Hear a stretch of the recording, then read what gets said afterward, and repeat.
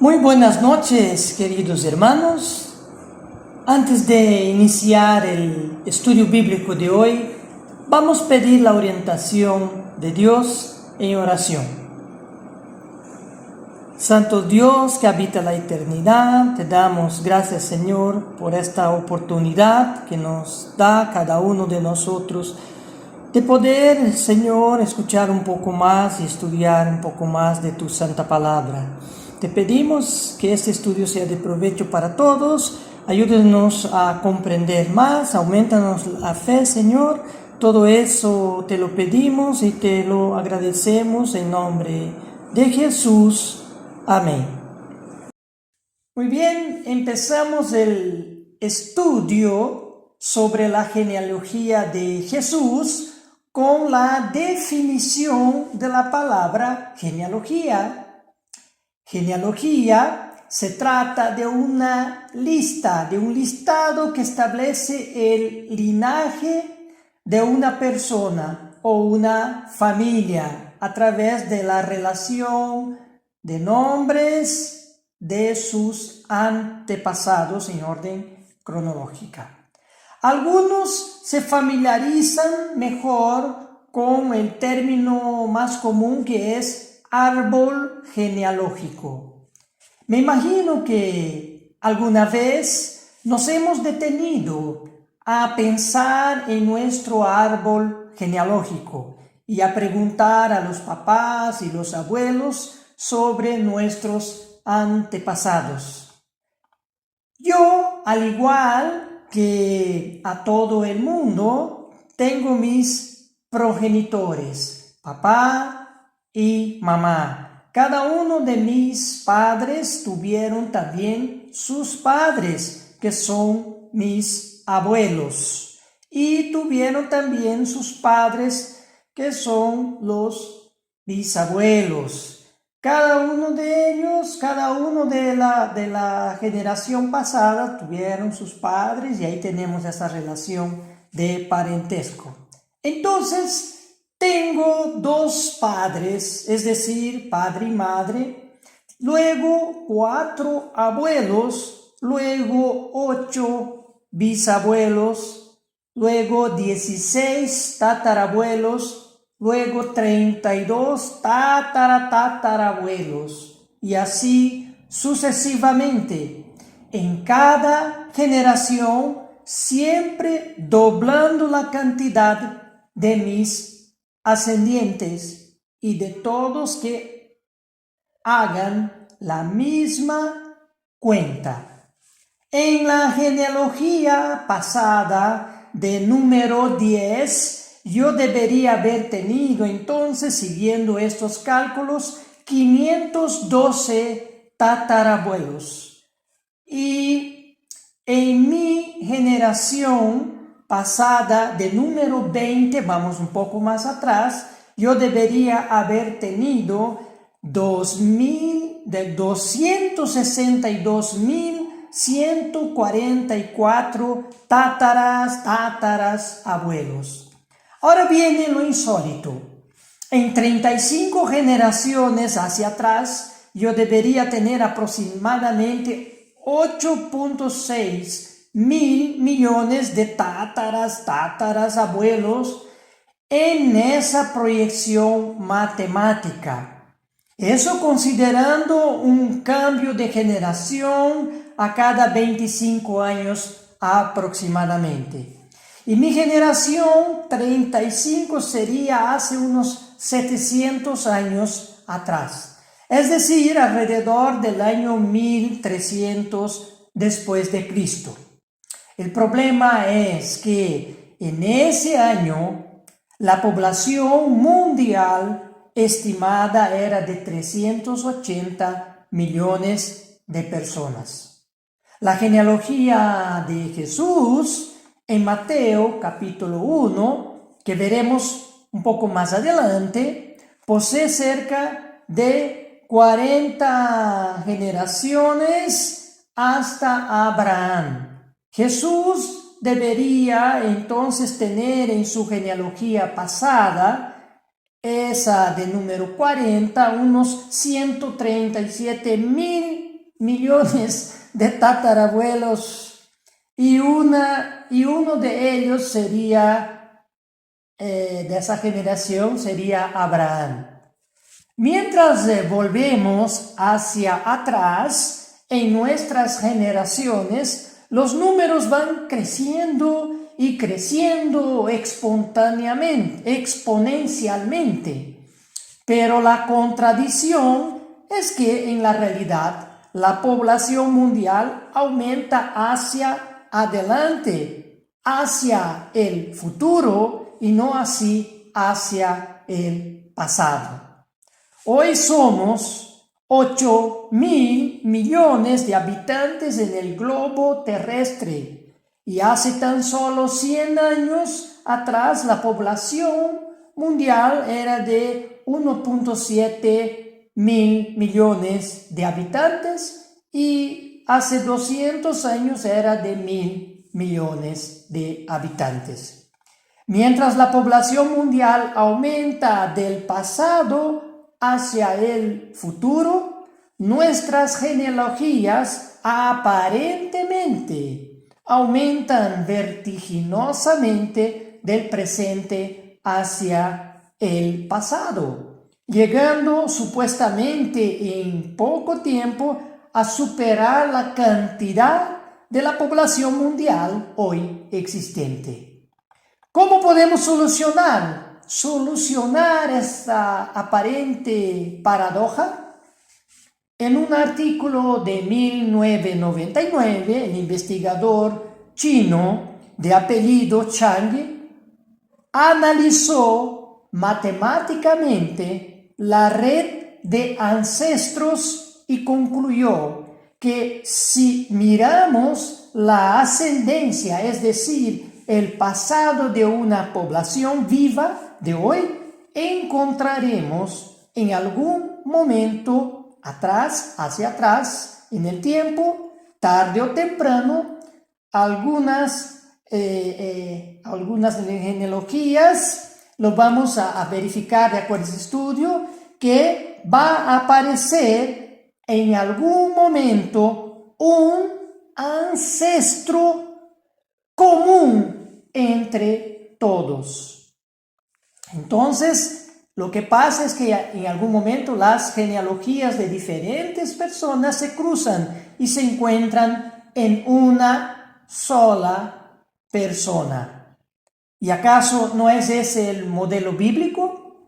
De una pareja, dice la Biblia, Dios formó la civilización antes del diluvio, misma que llegó a la casa de un par de millones de personas en tiempo de Noé. Esas generaciones malas fueron ahogadas por dicho diluvio, sobreviviendo apenas Noé y su familia.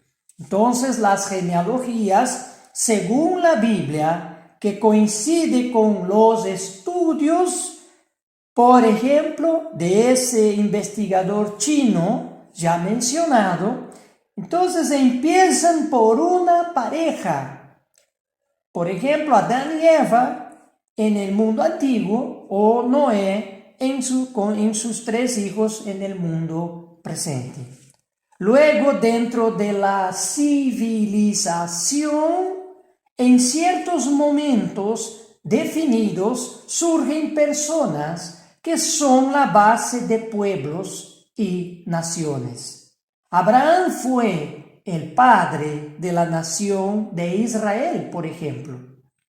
Pero también mucho de la proyección aritmética que hemos dicho al principio, 2 padres, luego va doblando, 4 abuelos, 8 tatarabuelos, 16, 32, 64, se disminuye drásticamente cuando las parejas que generan sus hijos estuvieron emparentadas.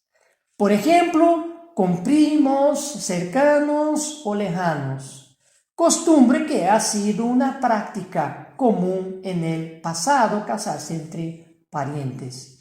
Pero analizando esta aparente paradoja de que hacia adelante la población aumenta y hacia atrás la población aumenta también, así llegamos a las siguientes conclusiones inspirándonos en la Biblia.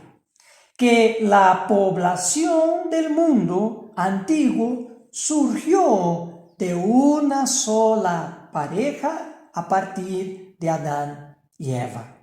Y en el mundo postdiluviano surgió nuevamente la humanidad, la civilización, de la descendencia de los 3 hijos de Noé. La descendencia de Noé sigue creciendo actualmente, sigue aumentando año tras año la población mundial actual. Pero dentro de ese crecimiento permanente del pasado hacia el futuro están los pueblos y naciones que surgieron también de alguna pareja de descendientes de Noé y van aumentando en número. Cuando tomamos como base una persona en este presente mundo con una población de 8.000 millones de personas y comenzamos a regresar la genealogía específicas de esa sola persona, vemos que en cada nueva generación hacia atrás la cantidad de personas va duplicando, pero llega un momento que choca con el límite máximo del crecimiento de la población que viene del pasado, desde Noé hacia el futuro.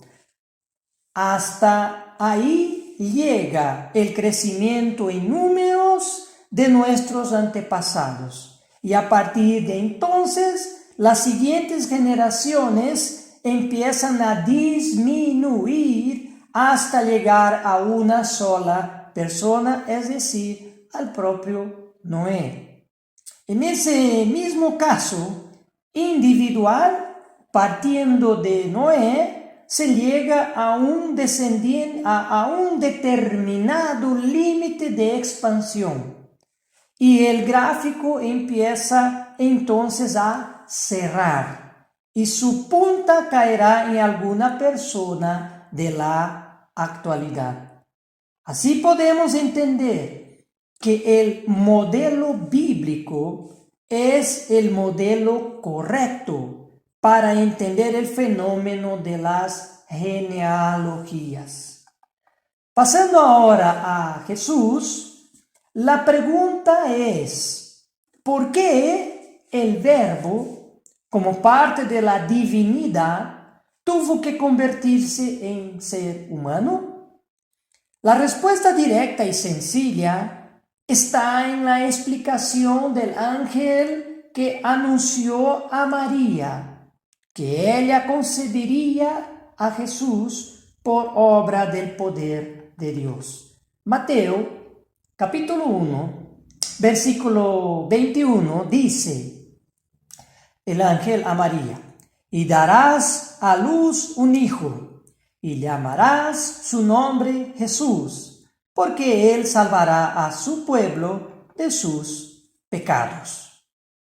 Jesús vino en condición humana para salvar al hombre de sus pecados, que lo conduciría a la segunda muerte definitiva.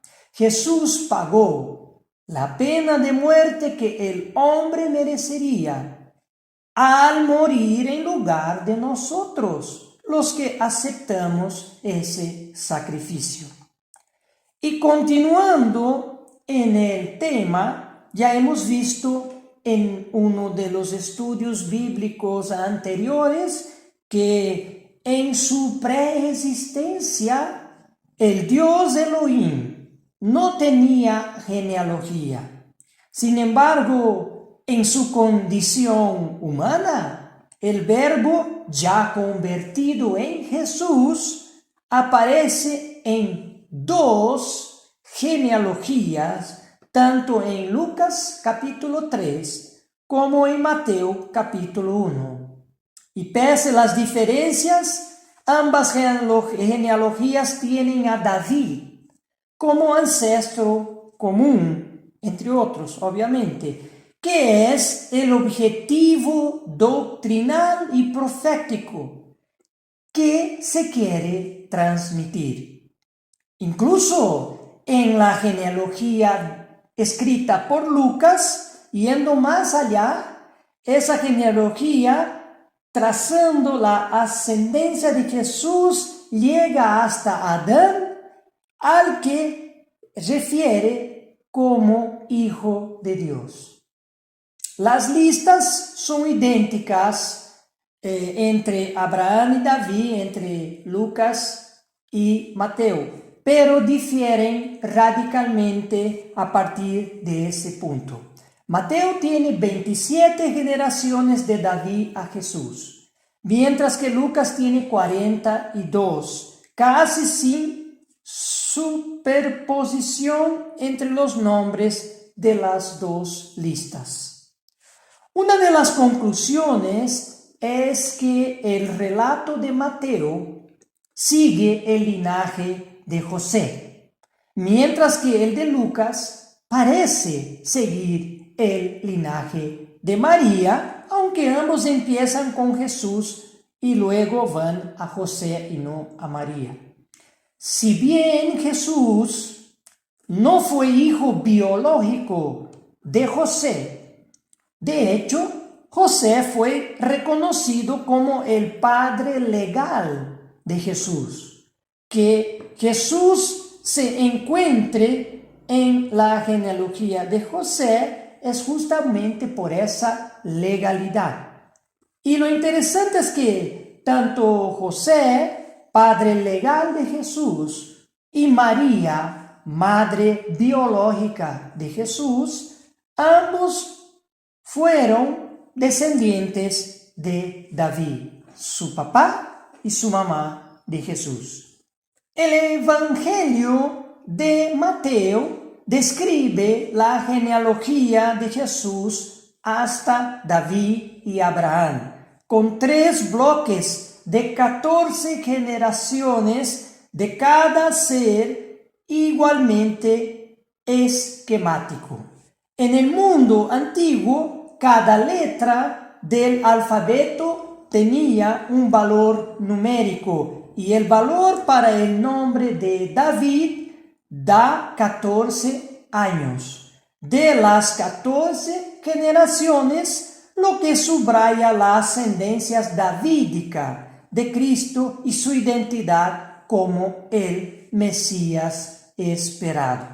A diferencia de Lucas, quien solo nombra varones, Mateo menciona a mujeres en la genealogía de Jesús. Menciona a Tamar, a Raabe, a Betsabé, a María. La genealogía presentada por Mateo en el capítulo 1 presenta un detalle también muy interesante debido a que omitió Mateo mencionar a 3 reyes de Judá al escribir Mateo capítulo 1 versículo 3. Asa engendró a Josafat, Josafat a Joram, y aquí viene lo interesante cuando dice y Joram a Usías. Joram a Usías. Los nombres omitidos se encuentran justamente entre Joram y Usías, también llamado Azarías. Usías también llevaba el nombre de Azarías. ¿Y quiénes están omitidos entre estos dos personajes? Se omitió a Ocosías, a Joás y a Amasías. Primera de Crónica, capítulo 3, 11, sí lo menciona a estos descendientes. Dice... versículo 11, vamos a leer versículo 12 también. Versículo 11, ¿de quién fue hijo Joram? Cuyo hijo fue Ocosías, hijo del cual fue Joás. Versículo 12, del cual fue hijo Amasías, cuyo hijo fue Azarías, e hijo de Jotam. Entonces, ¿Cómo explicar esa omisión de 3 descendientes de Jesús, 3 reyes de Judá en su genealogía? Según la Biblia, hubo una maldición contra el rey Acab de Israel. Para entender los motivos de Mateo de saltar 3 reyes en la genealogía de Jesús, es necesario mencionar esa maldición contra la familia del rey de Judá, Acab. Primera de Reyes, capítulo 21, versículo 20, dice: Y Acab dijo a Elías: ¿Me has hallado enemigo mío? Él respondió: Te he encontrado porque te has vendido a hacer lo malo delante del Eterno. Versículo 21.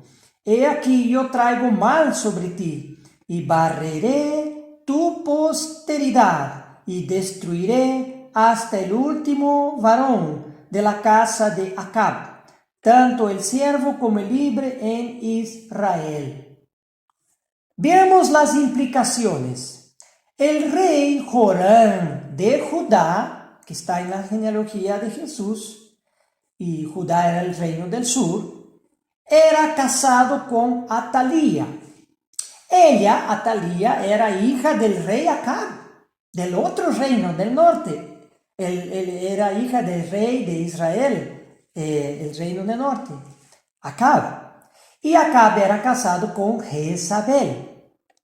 La maldición contra la familia de Acab de Israel llegó hasta a Joram, siendo el rey de Judá, a través de su esposa Atalía, que era hija de Acab y Jezabel. Joram y Atalía tuvieron como hijo el rey de Judá a Ocosías, el primer de los 3 reyes omitidos en la genealogía de Jesús por Mateo, quien también Mateo omitió a su hijo y su nieto Joás y Amasías, quienes también fueron reyes de Judá. Como dice Dios, dentro de los mismos 10 mandamientos leemos en Éxodo 20, versículo 5, la segunda parte del versículo: Dios dijo: visito la maldad de los padres sobre los hijos hasta la 3ª y 4ª generación de los que me aborrecen. Cuando alguien es desechado por Dios, ni siquiera es contado, como leemos en Isaías, aquí capítulo 14, versículo 20. Dice: no serás contado con ellos en la sepultura, porque tú destruiste tu tierra, mataste a tu pueblo. No será nombrada para siempre la descendencia de los malignos.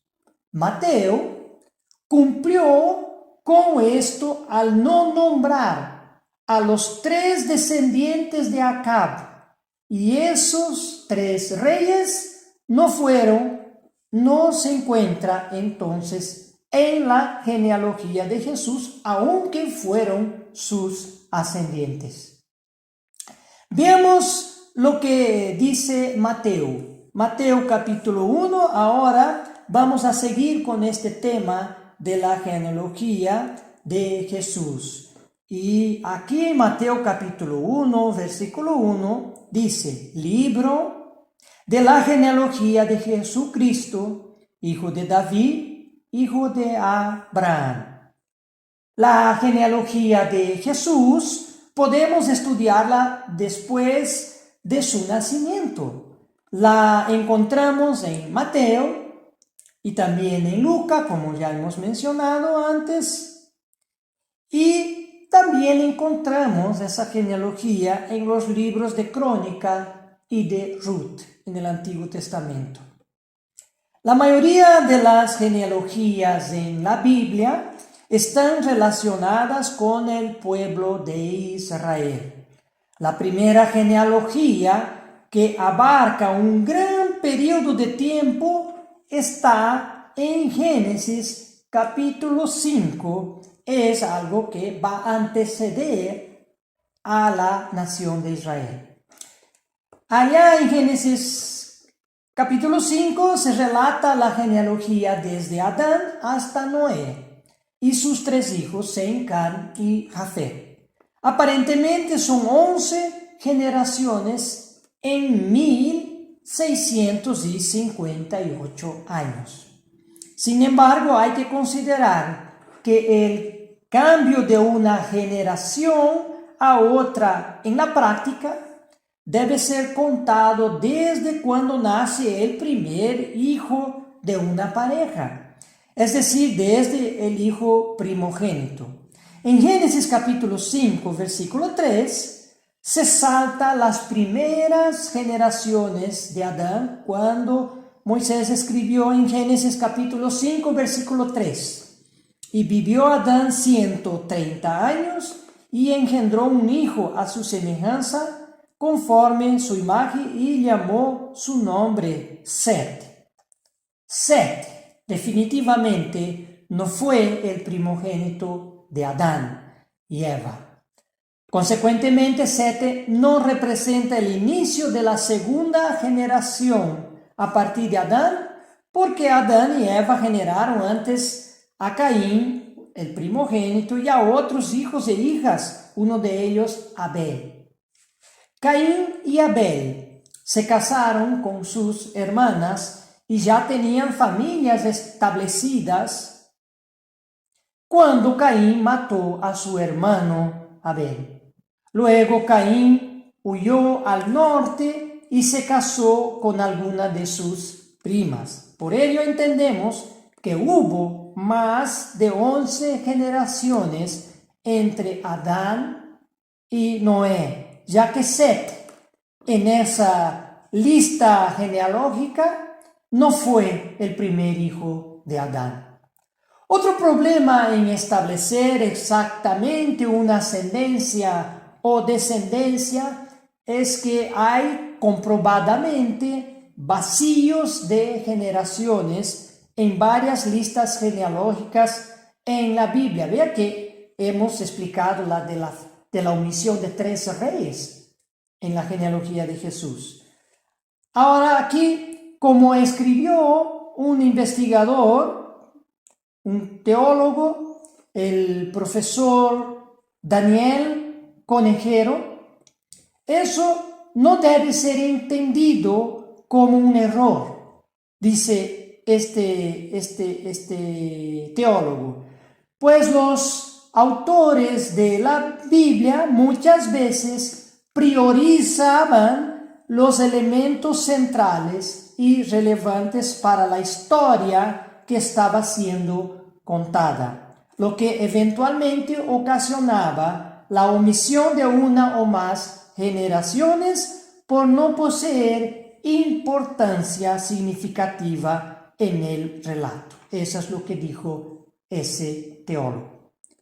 Por ejemplo, en la genealogía de Aarón, en el libro de Esdras, hay una omisión de 6 generaciones cuando comparamos la misma genealogía en el libro de Primera de Crónicas. Ese mismo tipo de falencia se encuentra en otras genealogías en la Biblia. Y para complicar un poco más, cuando en el hebreo se usa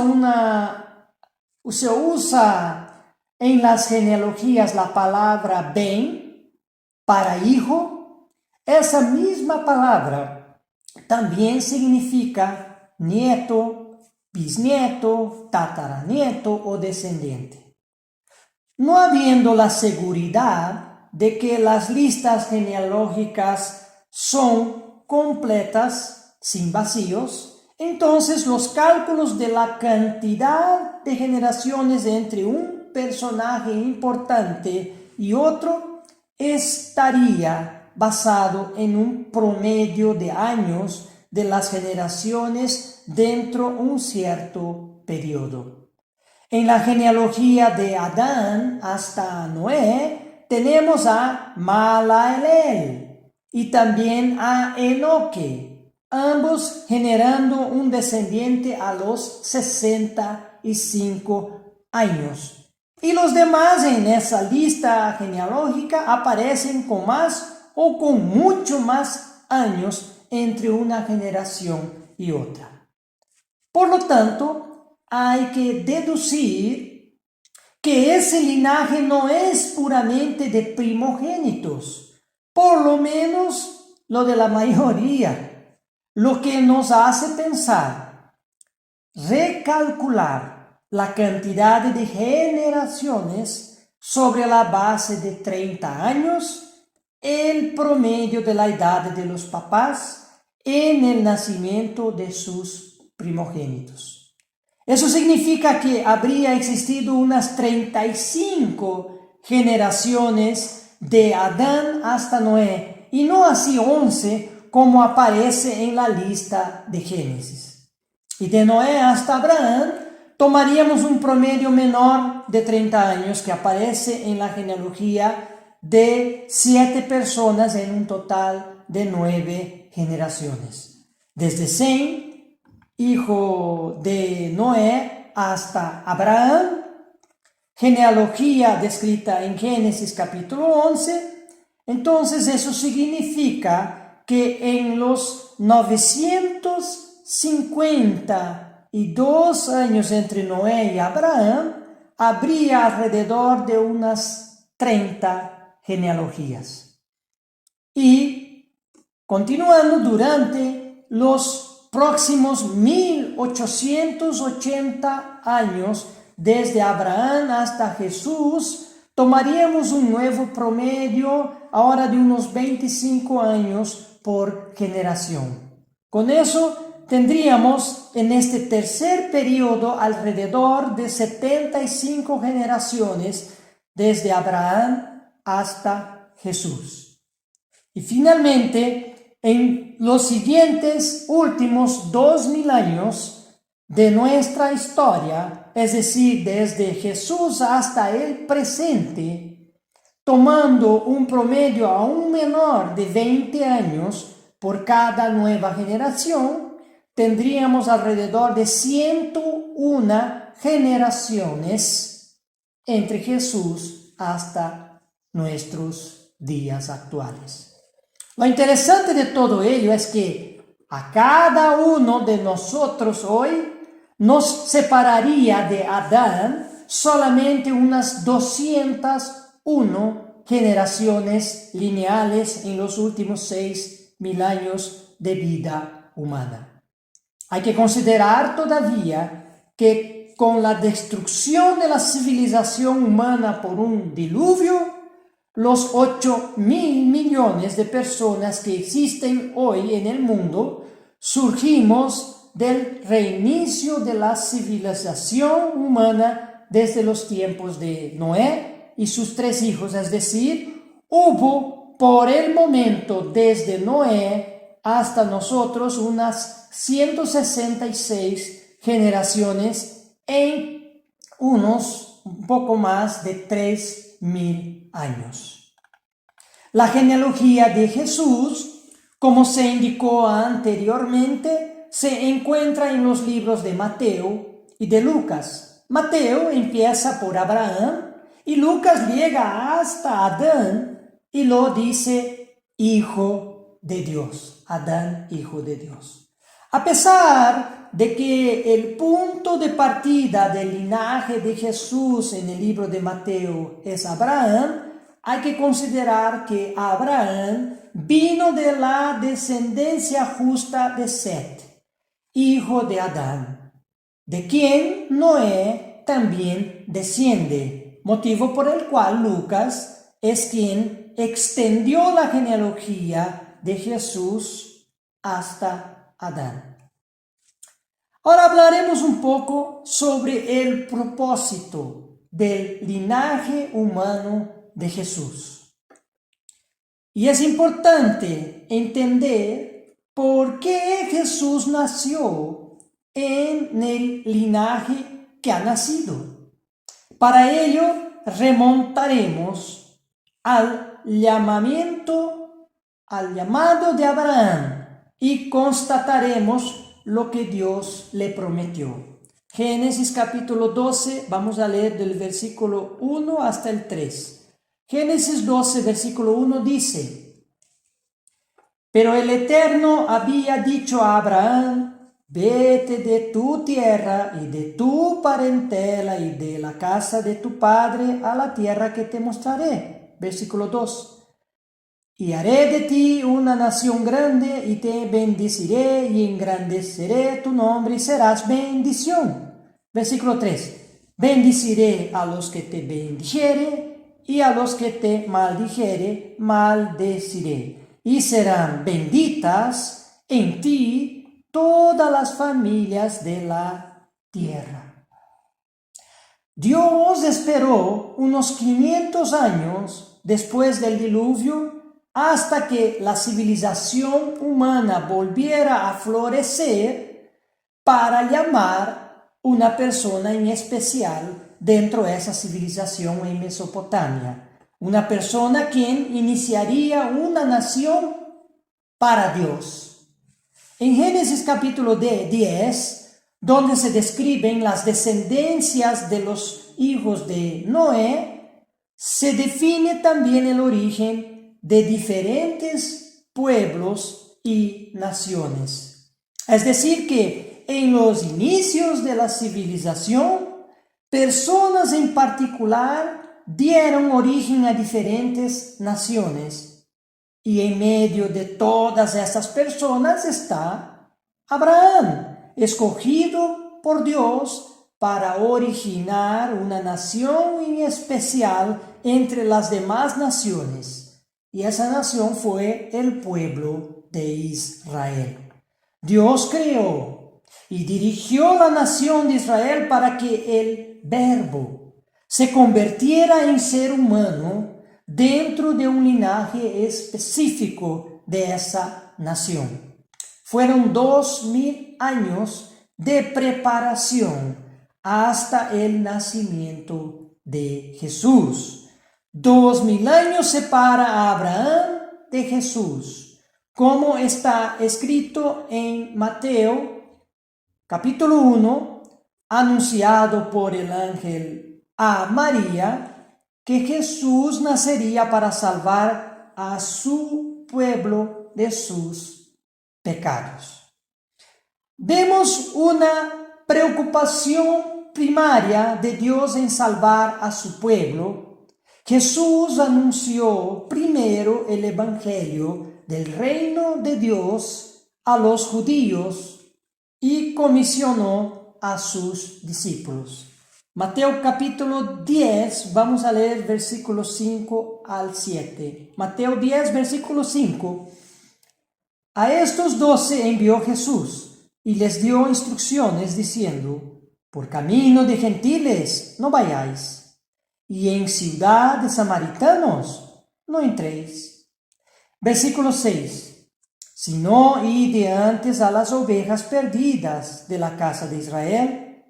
Versículo 7. Y yendo, predicad diciendo: el reino de los cielos se ha acercado. Y pasando más adelante, en Mateo capítulo 15, una mujer cananea pide sacar el demonio de su hija, pero Jesús le responde en Mateo capítulo 15, versículo 24. Él respondiendo dijo: No soy enviado sino a las ovejas perdidas de la casa de Israel.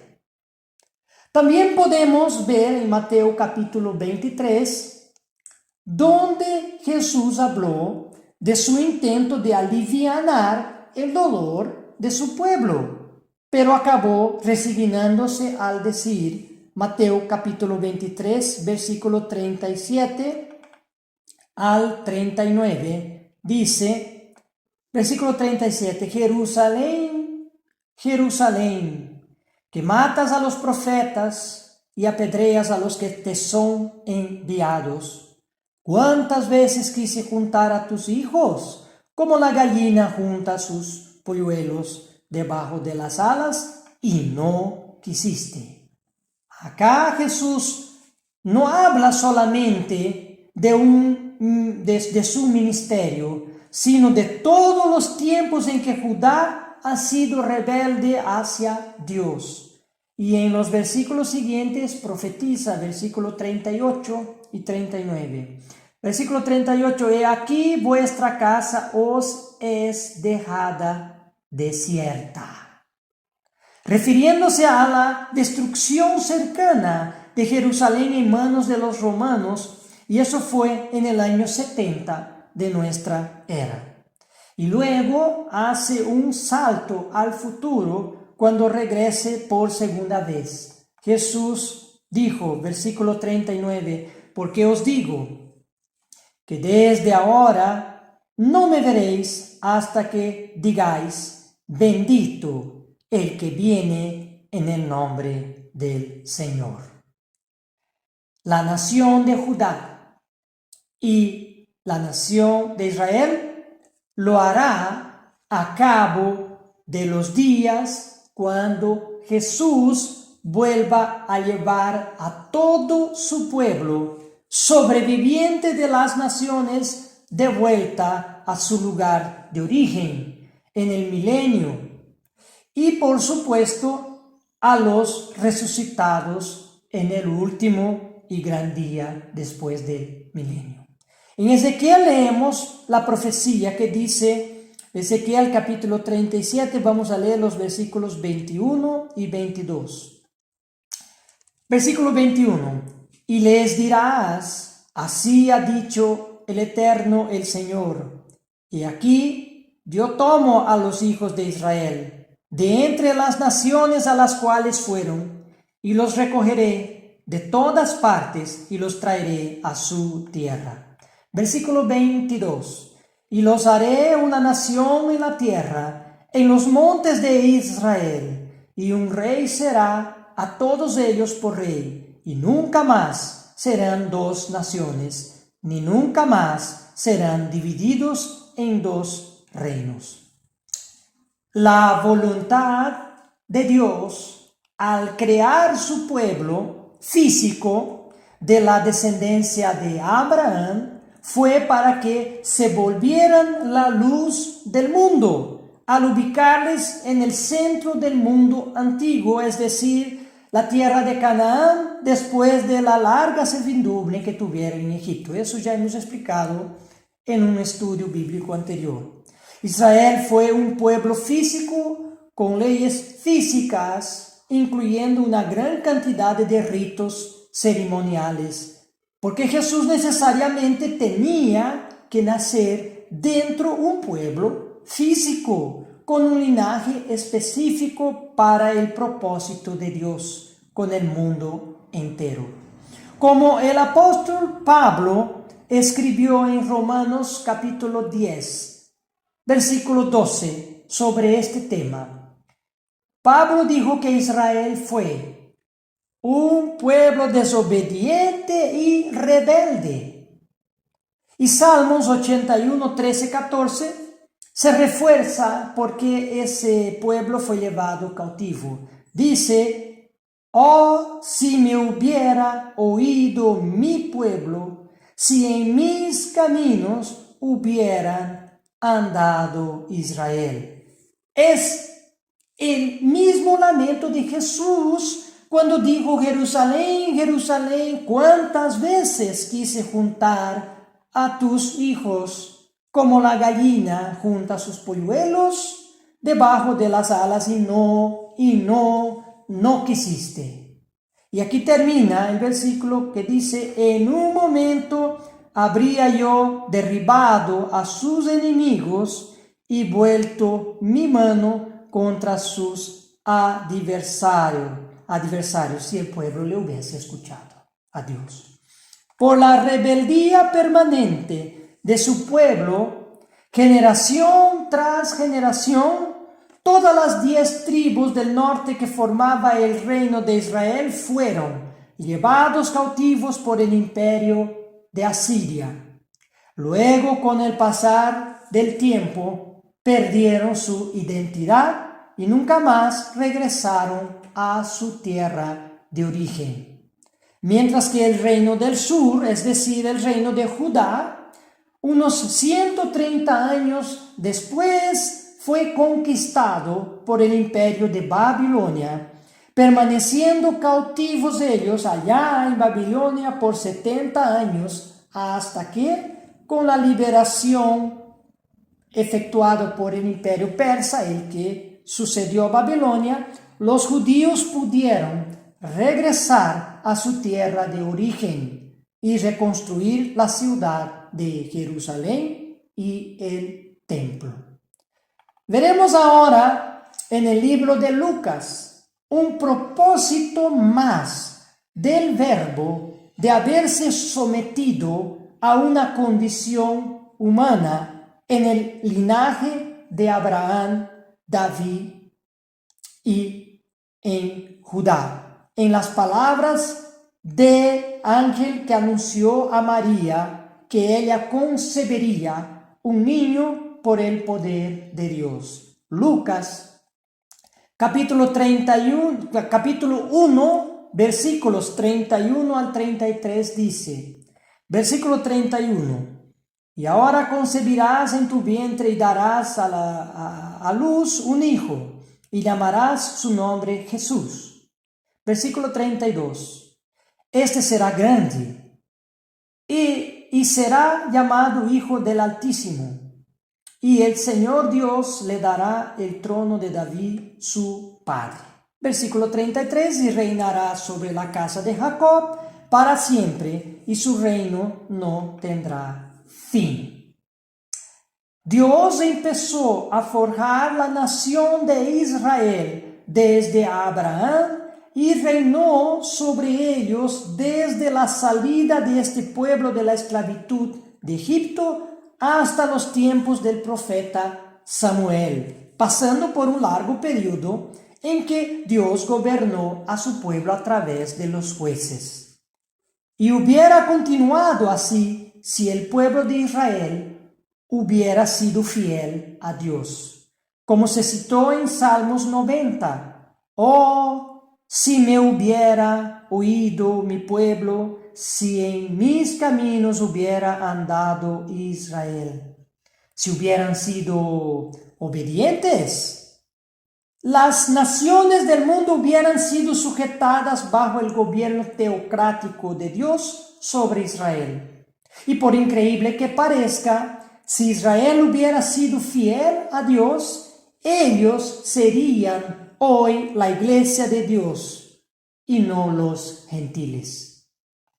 Ese pueblo rebelde rechazó el gobierno de Dios y pidió que Dios sea reemplazado por reyes humanos. Dios aceptó por un tiempo ese rechazo y permitió que su pueblo fuera gobernado por sus propios reyes humanos. Pero Dios eligió una persona conforme su corazón dentro la ya formada nación de Israel para sentarse sobre el trono como rey. Eligió a David de la tribu de Judá. Jesús fue preparado para nacer en el linaje de David y en el futuro, en su segunda venida, reclamará legítimamente ese trono, recuperando el reinado de Dios sobre Israel y consecuentemente sobre el mundo entero. Como ya hemos leído en Lucas capítulo 1, Dios le dará a Jesús el trono de David, su padre. Y Jesús, ante Pilatos, expresó un propósito más de haberse sometido a la condición humana. Juan, capítulo 18, versículo 37 dice: le dijo entonces Pilato: ¿luego eres tú rey? Respondió Jesús: tú dices que yo soy rey. Yo para esto he nacido y para esto he venido al mundo, para dar testimonio a la verdad. Todo aquel que es de la verdad oye mi voz. Jesús nació para ser rey, pero no en su primera venida. En la profecía de las 70 semanas, Daniel profetizó la venida del Mesías para confirmar el pacto con muchos, refiriéndose que Jesús a partir del año 27 después de Cristo se bautizaría a la edad de 30 años para luego dar inicio a su ministerio. Y dijo también el profeta Daniel que a la mitad de la semana, de esa semana profética, hará cesar el sacrificio y la ofrenda. Los sacrificios ya no son más necesarios porque Cristo derramó su sangre en la cruz. A la mitad de la semana profética de Daniel, es decir, al concluir sus 3 años y medio de ministerio. En ese contexto de su primera venida, respondió Jesús a Pilato: mi reino no es de este mundo. Pero no se refería al planeta Tierra, sino a la sociedad presente en que vivía. Jesús nació para ser rey en el mundo venidero del reino de Dios. Hasta acá se aclaró 3 cuestiones muy importantes. La primera, que Dios el Verbo, se convirtió en un ser humano para salvar a su pueblo Israel y consecuentemente al mundo entero de sus pecados. El segundo punto, Jesús nació dentro de un pueblo específico y un linaje específico para conservar su autoridad y emparentarse literalmente con la raza humana. Y el tercer punto es que Jesús es del linaje de David para que él también sea rey desde su naturaleza humana. En un futuro, Jesús vendrá como rey legítimo, tanto por su divinidad como por su nacimiento en la genealogía de David. El Verbo de Dios se hizo carne para recuperar el trono de la tierra que Adán entregó en bandeja de plata a Satanás y su propio trono que tenía sobre la nación de Israel. Toda vez que vuelvan a leer y escuchar que Jesús viene como Rey de Reyes, se acordarán que Jesús será Rey, tanto por ser Dios como por haber nacido en el linaje de David. Jesús es el fin, el propósito de la descendencia humana. Si bien Mateo capítulo 1, versículo 1 dice que la genealogía de Jesucristo, hijo de David, dice eso, genealogía de Jesucristo, hijo de David, hijo de Abraham. En Lucas capítulo 3 dice, extendiendo la genealogía de Jesús hasta Noé y continúa extendiendo hasta Adán, ahí donde dice Adán, hijo de Dios. Lo que pasa es que las generaciones desde Noé hasta Abraham son las mismas generaciones de toda la humanidad. Jesús y nosotros tenemos los mismos ancestros comunes antes de Abraham. Pero como todos sabemos, Jesús no tuvo hijos cuando estuvo en condición humana, porque es en Jesús que toda la historia humana culminará. Por ello dijo en Apocalipsis el apóstol Juan, en Apocalipsis capítulo 22, versículo 13 leemos: yo soy el alfa y la omega, el principio y el fin, el primero y el último. Eso se refiere a Jesús. Adán es descrito en Lucas capítulo 3 como hijo de Dios, porque Dios es el principio de Adán y de toda la humanidad. Y Jesús, que también es Dios, es el final, la conclusión del ser humano. A partir de Jesús, el hombre dejará su naturaleza humana y también mortal para transformarse en ser inmortal y eterno. Gracias a Jesús seremos transformados para pertenecer a la familia de Dios, compartiendo en ese futuro su naturaleza. En 1 Corintios leemos capítulo 15, versículos 45 y 47. Así también está escrito: fue hecho el primer hombre, Adán, alma viviente; el postrer Adán, espíritu vivificante, refiriéndose a Jesús como el segundo Adán. Y para que no haya duda que se trata de Jesús, el siguiente versículo, el 47, aclara, dice: el primer hombre es de la tierra, terrenal; el segundo hombre, que es el Señor, es del cielo. Hoy todos somos linaje de Adán, incluso Jesús. En el futuro todos seremos linaje de Dios a través de Jesús, que también es Dios. Muy buenas noches, queridos hermanos.